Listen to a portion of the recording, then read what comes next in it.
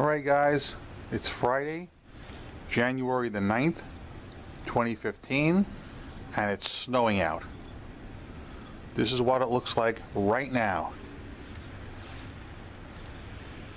So it looks like I'll be doing my video inside.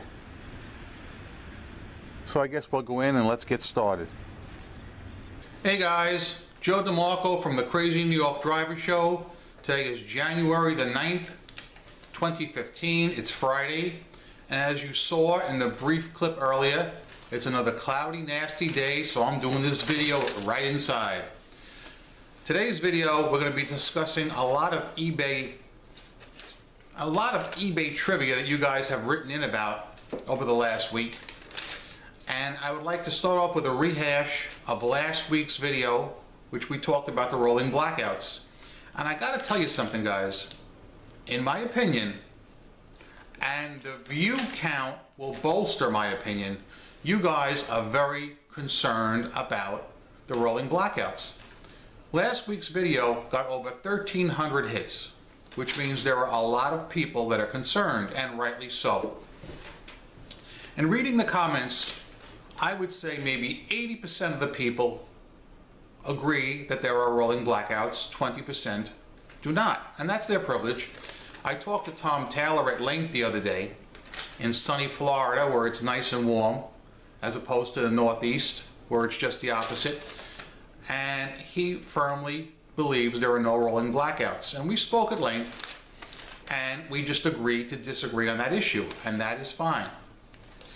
But I've come across some information that will even bolster my opinion even more, and I'm going to share that with you today. We're also going to talk more about hassle-free returns, the extended holiday returns and how that worked out, defects, cancellations, and some abusive bidders. So I really have a lot to cover, so let's get started. Let's start with the rolling blackouts, because that seems to be number one on your concern list. I firmly believe there are rolling blackouts, as most of you guys do. I've noticed my sales come in bunches. For instance, maybe Sunday I'll do 5 rapid fire sales in a row, and Monday I'll do nothing. Guys, it's more than a coincidence. Several of you guys have gone on your own and done research, including one of my subscribers, Julie, has made a couple of videos where she shows that her store is actually blacked out at given times. I'm going to drop a link below to one or two of her videos, and I'd like you to view them and share your opinion on that. But let me just paraphrase about them first. What she did was an experiment, okay? She signed on to eBay using a device that is not connected with her eBay account. And that's very important. See, I have 3 devices. I have a Mac, I have a tablet, and I have my iPhone. Okay? Now I'll show you right now what I mean, just in case there's anyone that doesn't know. All my devices are connected to my eBay account. That's my tablet, my iPhone, and of course my Mac. So I could not do this little experiment with any of my 3 devices. I would have to go to a clean computer, let's say at a library, and do this research. But Julie had a device, I think it was a tablet if I remember correctly, that is not associated with her eBay account, and she was able to do this. So what you guys need to do, or you don't need to, but you can if you want, is get a device that's not associated with your eBay account and try and search for items in your eBay store like she did. But before you go and do any of that, I want you to view her video and get an idea of where she's coming from on this and share your feelings on that, okay? I happened to call eBay the other night on a non-related issue. And it's funny, depending on what customer service reps you get, sometimes they come right out and say, yes, there are rolling blackouts. Sometimes they come right out and say, no, I've never heard of such a thing. So it's a 50-50 shot as to what they're going to tell you on that. But a lot of people are concerned also about hassle-free returns, because buyers are abusing the SNAD return feature, knowing if they click that, they will get free shipping. And they are right. They will get free shipping. One of the members of the Facebook groups just encountered a really weird situation I want to share with you. What happened was he sold an item and the person got it and didn't like it for whatever reason. And they filed a SNAD case, meaning that the seller is going to have to pay return shipping. Now when he sent this item to them, he sent it first class and it only cost a few dollars.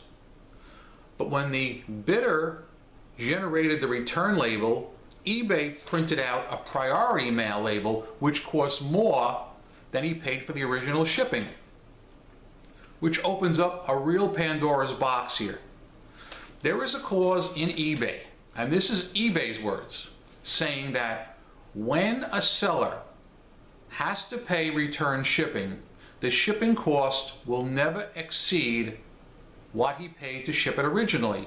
And that flies in the face of what just happened to this man, okay? So what he did was he called eBay customer service. This all happened late last night. I guess Thursday night at around, I guess it started at 8 o'clock.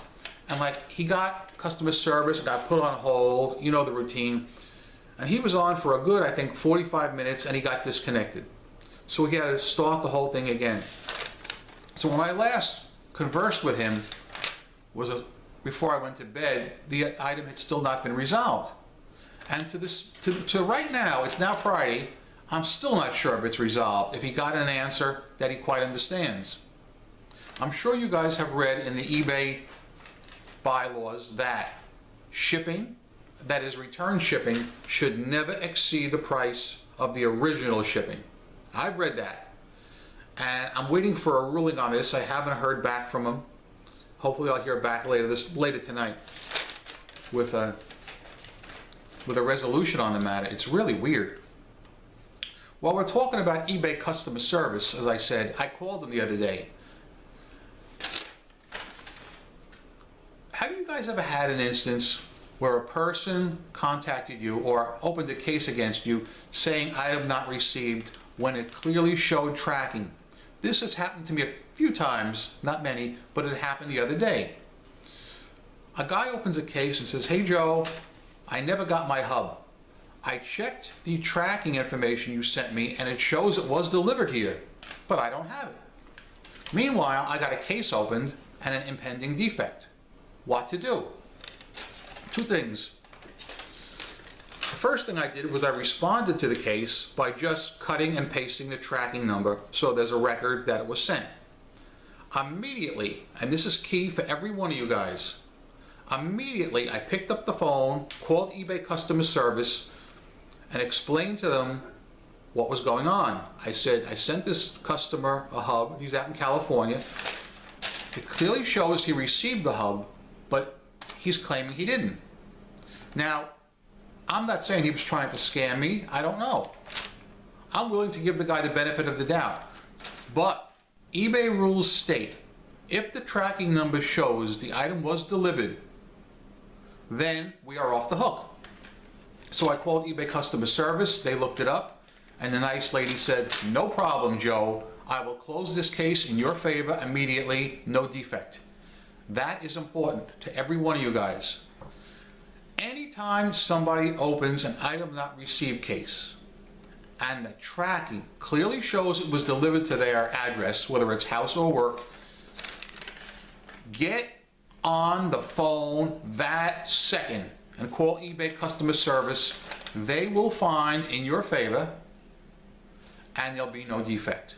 So that's one thing we have going for us. So I implore you guys, anytime you get an item not received case and the tracking does show it, that it was delivered, please call eBay customer service and they'll back you up. I have had a few of you guys write in and tell me you don't upload tracking info, and I say shame on you, because it will protect you in the long run. Always upload tracking information.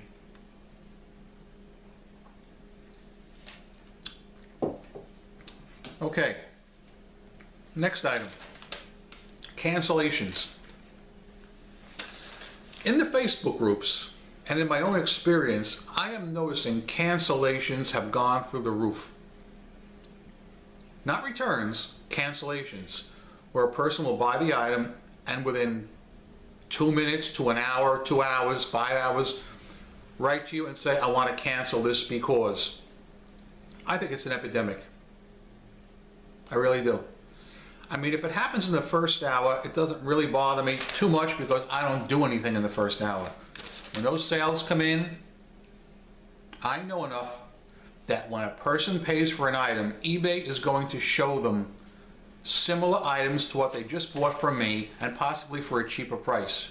I really wish they wouldn't do that. A bunch of you have contacted me either by phone or by PMs or whatever and said that you've experienced this too and you wish it wouldn't happen. And guys, it's just wrong in my opinion. It's wrong. Another person wrote in with an abusive bidder story, and this is really good.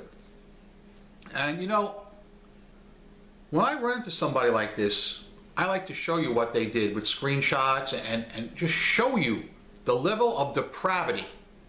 But this person actually begged me not to show you the person's account. I don't know why. This person is scared. The victim, the seller, is scared that this bidder will come after him. Because what the guy is doing is this. He bid on this guy's items and won them. All right? Then, after he won the items, before paying, he contacts the guy and says, why is shipping so expensive? I think shipping should be no more than $1 for this item. Even though the shipping fee, which was $9 on the item, was clearly stated. So the seller, the person who contacted me, did a little research and checked this guy's past history. And you should see the amount of negs this guy has left. I estimate around 20.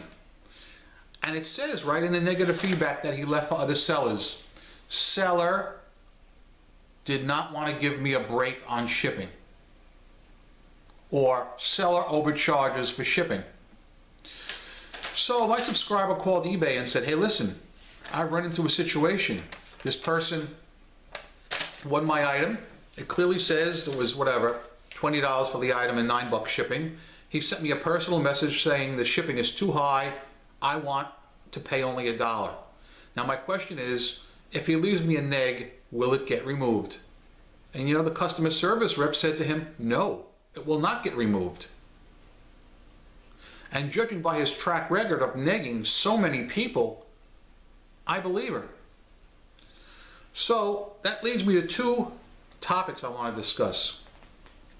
Whatever happened to that report a buyer button that eBay would tout and say, just click report a buyer and we will check it, and if they're abusing the system, we'll remove the negs. Well, apparently they're not. And this particular seller showed me ironclad proof that this guy's abusing eBay. And I wish I could share it with you, but he asked me not to, and I'm going to respect his opinion. I'm going to respect him for that. But, sir, I wish you would have let me go public with this, because it's just plain freaking wrong. It's abuse of the feedback system. This particular bidder is agreeing to purchase the item for his winning bid plus the stated shipping. And he's extorting people. It's simple as that. And I think it's wrong. And it is wrong. Okay, guys. How have your sales been for the beginning of January? Are they up? Are they down? I would say I'm slower. Not terribly slow, because everything goes in cycles, but I am slower than I have been and slower than I would like to be. The extended holiday returns that I opted into back in November did not really hurt me at all. I didn't get any more returns than I normally would. What I mean is, all the returns that I did get happened right away. For instance, if I shipped an item November 20th and the guy got it the 23rd and he was going to return it, he would contact me on the 23rd or the 24th and say, well, Joe, I thought I was getting 4 items and I only got just 1. That type of thing.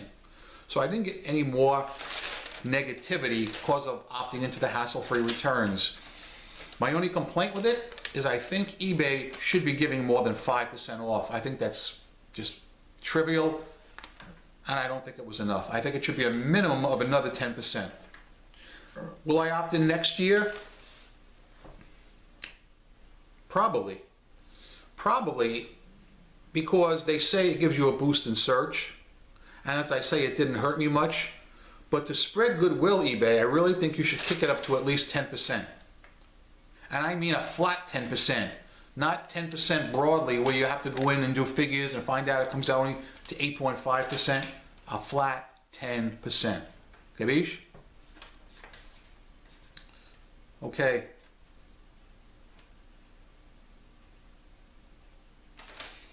Well, could you guys tell me, in your own opinion, what concerns you have right now with things the way they are? One thing I brought up into the Facebook groups, I brought it up the other day and people seem to really love the idea. You know, we have these influx of China sellers, and I told you that I've noticed some people branding their stores as USA sellers. I've noticed this for a while. And I brought it up to the Facebook groups and everyone loved it. Some people are actually now embedding a banner that says USA seller or putting it right in their title. I'd like to know from you guys what you think is the best way to represent yourself as a USA seller. Do you think you should add a banner, put it in the title, or what? And my second part of that question is, do you think it will help with sales? I do. I do. People are starting to wake up and smell the coffee. This influx of cheaply made China stuff is not cutting it. It's just not. It's depressing. You know? eBay used to be about a mom and pop seller selling off their garage sale items and the items they found in their attic, and that was great. And you know, it just changed.